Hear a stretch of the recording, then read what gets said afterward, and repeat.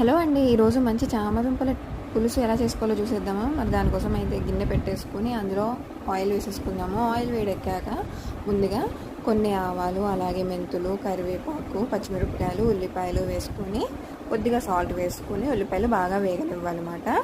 ఇవన్నీ కూడా మంచిగా వేగిపోయాక ఒక 2 మీడియం సైజ్ టమాటాలు సన్నగా చాప్ చేసుకొని అందులో వేసేసుకుందాము. కొద్దిగా పసుపు వేసుకొని టమాటాలు కూడా బాగా మగ్గిపోయాక చామదుంపలు మనం ఆల్రెడీ ఉడికించేసి పెట్టుకుంటే కర్రీ త్వరగా అయిపోద్ది అన్నమాట. మేమైతే కుక్కర్లో పెట్టేసుకున్నాము.